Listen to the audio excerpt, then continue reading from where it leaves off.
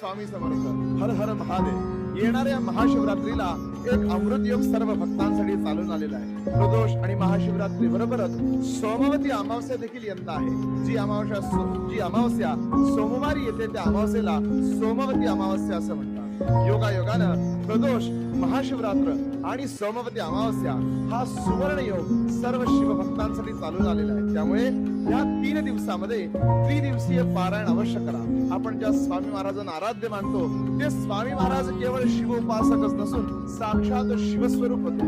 करिता महाशिवरात्रीच्या निमित्तानं स्वामी चरित्र सारामृत असेल, शिवलीलामृत असेल, शिवस्तुती असेल, रामचंद्र भगवंताने लिहिलेलं रुद्राष्टकम अर्थात नमामि शमीशान निर्वाण रूपम विभुम व्यापकम ब्रह्मवेद स्वरूपम निजम निर्गुणम निर्विकल्पम निरीहम चिदाकाशमाकाश वासम भजयम हे रुद्राष्टकम वाचा.